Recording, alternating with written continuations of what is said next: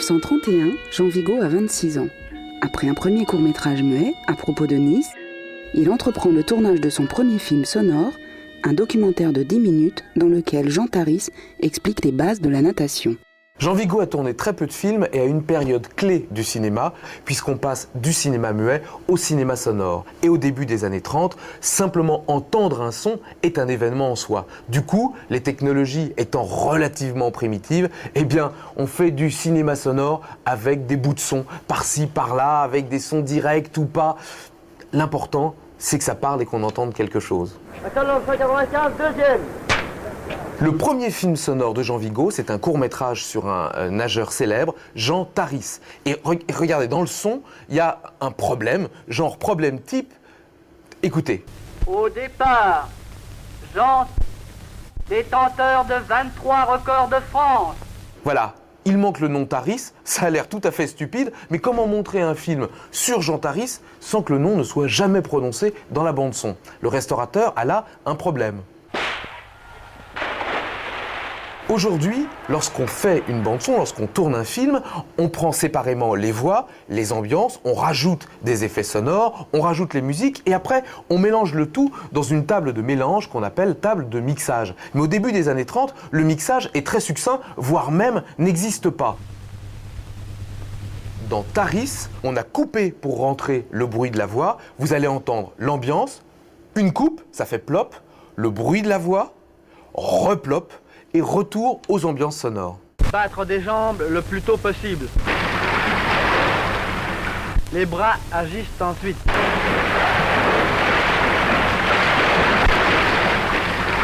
Dans l'eau, tête plutôt levée, sans contraction. Pour les deux films suivants, Zéro de conduite et La Talente, Vigo a la possibilité de réenregistrer les sons du tournage en les mélangeant, soit avec de la musique, soit avec divers effets sonores.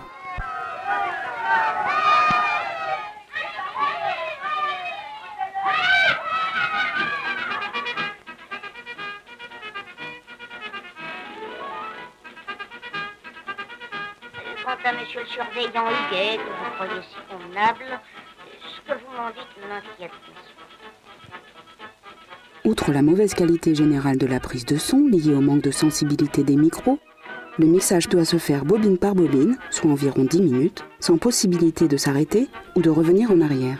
Une fois que le mixage a commencé, eh bien, il va falloir se contenter d'un meilleur arrangement possible. Mais on rate une réplique par là, on oublie d'envoyer la voix d'un effet sonore ici, et à l'arrivée, ça donne une bande-son complètement déséquilibrée. Il est mort.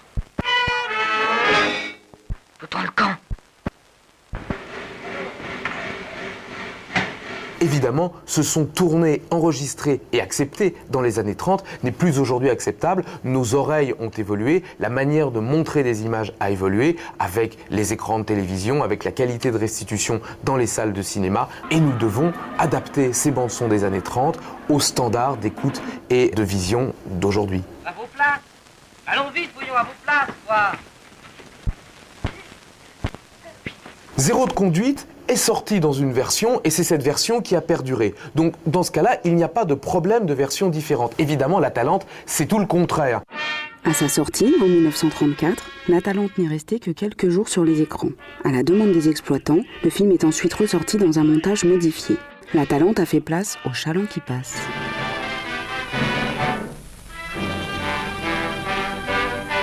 Le titre de la célèbre chanson de Lise Gauthier, alors très en vogue, ne portera pas davantage chance au film de Jean Vigo qui, petit à petit, se retrouve totalement mutilé, passant de 80 à 68 minutes. À l'Obster, le premier travail que nous avons fait en collaboration avec Gaumont a été d'essayer de retrouver tous les sons de toutes les copies, de toutes les sources possibles et imaginables, que ce soit les rushs, que ce soit pour La Talente, la version de 34, la première, la deuxième, la ressortie des années 40, pour avoir toutes les pièces du puzzle avec certaines en double et voir s'il y avait la possibilité de reconstruire déjà la continuité sonore. Les meilleurs éléments retenus sont ensuite transférés sur un support numérique qui va servir de base au travail du restaurateur. Les trois films de Jean Vigo réunissent l'ensemble de tous les problèmes qu'on peut trouver en restauration. Là, je crois qu'on a vraiment un panel complet de tous les problèmes du genre plop, clic, crackle, buzz, hum, souffle, changement de couleur du son.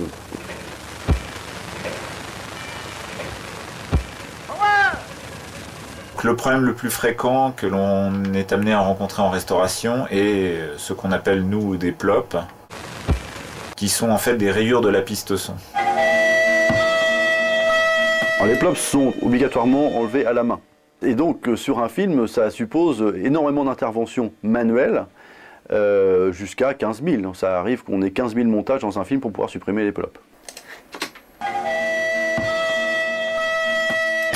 La difficulté des plops est de les repérer. Celui-ci se situe à l'intérieur de la musique. Donc je vais zoomer dessus et le repérer au son. On voit très bien le type de problème. Une fois le plop localisé, l'opération suivante consiste à essayer de l'enlever en reconstruisant la musique qui existait préalablement sous le plop. D'abord par du filtrage. On voit déjà qu'il est considérablement réduit par filtrage. Et ensuite reconstruire la période du signal existant dessous. Voilà le bout réparé. On a des problèmes de clics et de crackle. Alors bon, ça on peut un peu comparer ça aux problèmes qu'on retrouve sur les vinyles. Les clics, ce serait un peu les rayures, les crackles, tout le bruit de fond, le grattement. Heureuse vie à bord de la Talente. On passe dans différents appareils électroniques qu'on appelle des noisers, des clickers, des cracklers, enfin des quelque chose, et il y en a beaucoup. Heureuse vie à bord de la Talente. On a aussi des problèmes de désynchro, à savoir donc le son qui n'est pas synchrone par rapport à l'image. Et particulièrement sur la Talente, on a été obligé sur certaines scènes de reprendre des rushs qui ne correspondent pas à l'image. Atalante 247, 6e.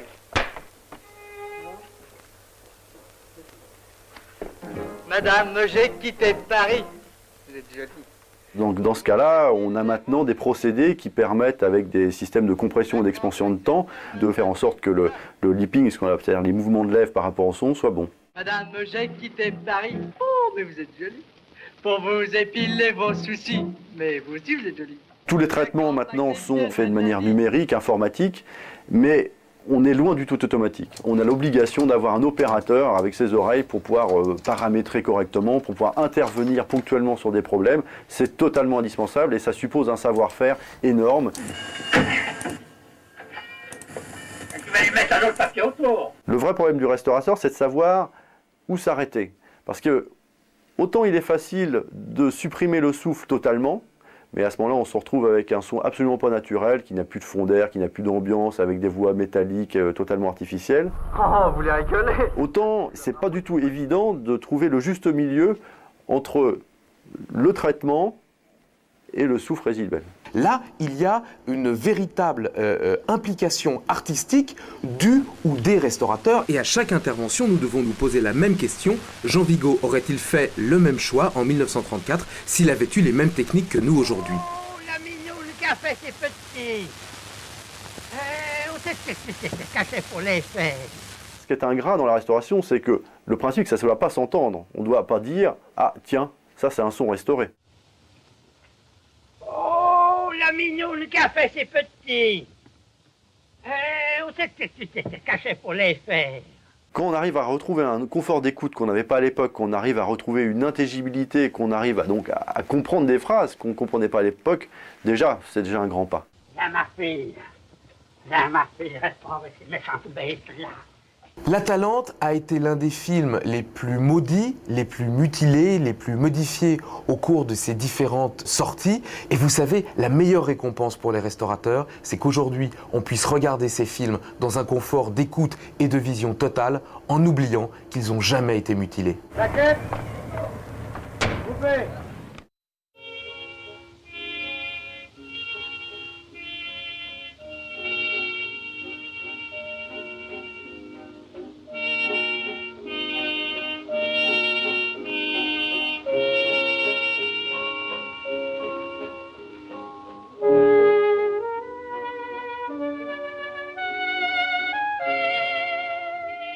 Direct ou pas, l'important, c'est que ça parle et qu'on entende quelque chose. Atalante 195, 2e.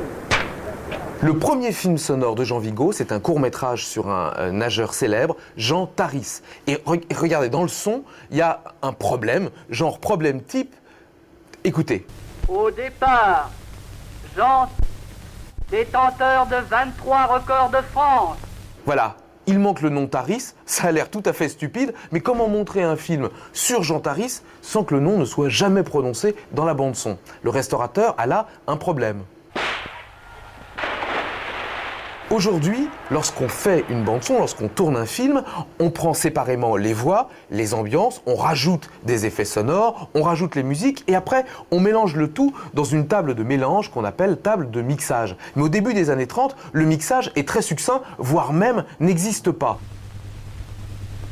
Dans Taris, on a coupé pour rentrer le bruit de la voix. Vous allez entendre l'ambiance, une coupe, ça fait plop, le bruit de la voix, replop, et retour aux ambiances sonores. Battre des jambes le plus tôt possible. Les bras agissent ensuite.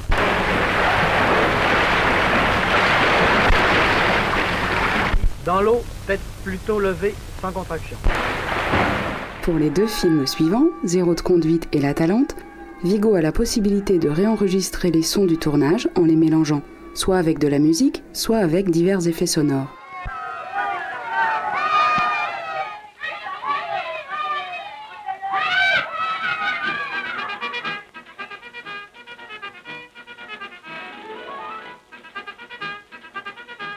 Quant à monsieur le surveillant Huguet, que vous croyez si convenable, ce que vous m'en dites m'inquiète, monsieur.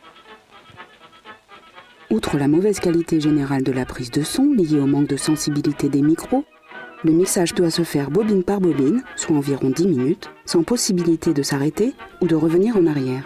Une fois que le mixage a commencé, eh bien, il va falloir se contenter d'un meilleur arrangement possible. Mais on rate une réplique par là, on oublie d'envoyer la voix d'un effet sonore ici, et à l'arrivée, ça donne une bande-son complètement déséquilibrée. Il est mort. Foutant le camp.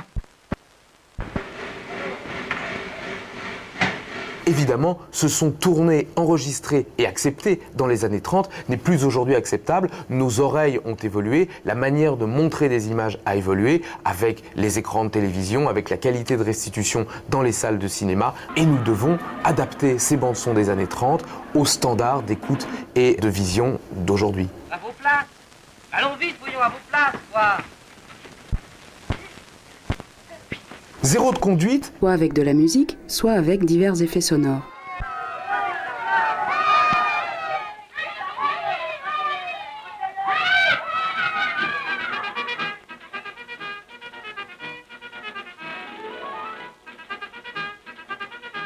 Quant à monsieur le surveillant Huguet, que vous croyez si convenable, ce que vous m'en dites m'inquiète, monsieur. Outre la mauvaise qualité générale de la prise de son liée au manque de sensibilité des micros, le mixage doit se faire bobine par bobine, soit environ 10 minutes, sans possibilité de s'arrêter ou de revenir en arrière. Une fois que le mixage a commencé, eh bien, il va falloir se contenter d'un meilleur arrangement possible. Mais on rate une réplique par là, on oublie d'envoyer la voix d'un effet sonore ici, et à l'arrivée, ça donne une bande-son complètement déséquilibrée. Il est mort. Foutant le camp. Évidemment, ce son tourné, enregistré et accepté dans les années 30 n'est plus aujourd'hui acceptable. Nos oreilles ont évolué, la manière de montrer des images a évolué avec les écrans de télévision, avec la qualité de restitution dans les salles de cinéma. Et nous devons adapter ces bandes-sons des années 30 aux standards d'écoute et de vision d'aujourd'hui. À vos places. Allons vite, voyons, à vos places, quoi. Zéro de conduite est sorti dans une version et c'est cette version qui a perduré. Donc dans ce cas-là, il n'y a pas de problème de version différente. Évidemment, La Talente, c'est tout le contraire. À sa sortie, en 1934, La Talente n'est restée que quelques jours sur les écrans. À la demande des exploitants, le film est ensuite ressorti dans un montage modifié. La Talente a fait place au chaland qui passe.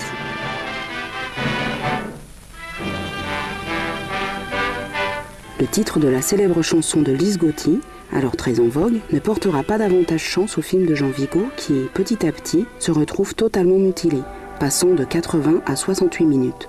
À l'Obster, le premier travail que nous avons fait en collaboration avec Gaumont a été d'essayer de retrouver tous les sons, de toutes les copies, de toutes les sources possibles et imaginables, que ce soit les rushs, que ce soit pour l'Atalante, la version de 34, la première, la deuxième, la ressortie des années 40, pour avoir toutes les pièces du puzzle avec certaines en double et voir s'il y avait la possibilité de reconstruire déjà la continuité sonore. Les meilleurs éléments retenus sont ensuite transférés sur un support numérique qui va servir de base au travail du restaurateur. Les 3 films de Jean Vigo réunissent l'ensemble de tous les problèmes qu'on peut trouver en restauration. Là, je crois qu'on a vraiment un panel complet de tous les problèmes du genre plop, clic, crackle, buzz, souffle, changement de couleur du son.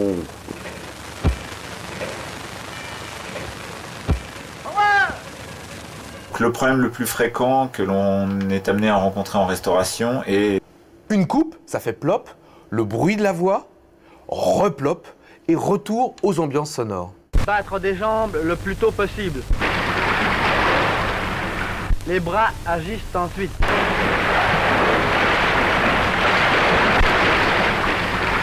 Dans l'eau, tête plutôt levée, sans contraction.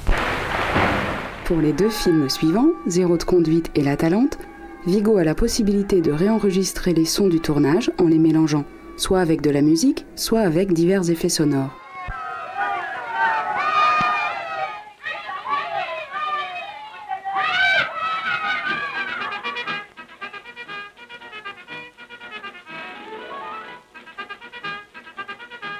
Quant à monsieur le surveillant Huguet, que vous croyez si convenable, ce que vous m'en dites m'inquiète, monsieur. Outre la mauvaise qualité générale de la prise de son liée au manque de sensibilité des micros, le mixage doit se faire bobine par bobine, soit environ 10 minutes, sans possibilité de s'arrêter ou de revenir en arrière. Une fois que le mixage a commencé, eh bien, il va falloir se contenter d'un meilleur arrangement possible. Mais on rate une réplique par là, on oublie d'envoyer la voix d'un effet sonore ici, et à l'arrivée, ça donne une bande son complètement déséquilibrée. Il est mort. Foutre le camp. Évidemment, ce son tourné, enregistré et accepté dans les années 30 n'est plus aujourd'hui acceptable. Nos oreilles ont évolué, la manière de montrer des images a évolué avec les écrans de télévision, avec la qualité de restitution dans les salles de cinéma. Et nous devons adapter ces bandes-sons des années 30 aux standards d'écoute et de vision d'aujourd'hui. À vos places. Allons vite, voyons, à vos places, quoi. Zéro de conduite est sorti dans une version et c'est cette version qui a perduré. Donc dans ce cas-là, il n'y a pas de problème de version différente. Évidemment, l'Atalante, c'est tout le contraire. À sa sortie, en 1934, l'Atalante n'est restée que quelques jours sur les écrans. À la demande des exploitants, le film est ensuite ressorti dans un montage modifié. L'Atalante a fait place au chaland qui passe.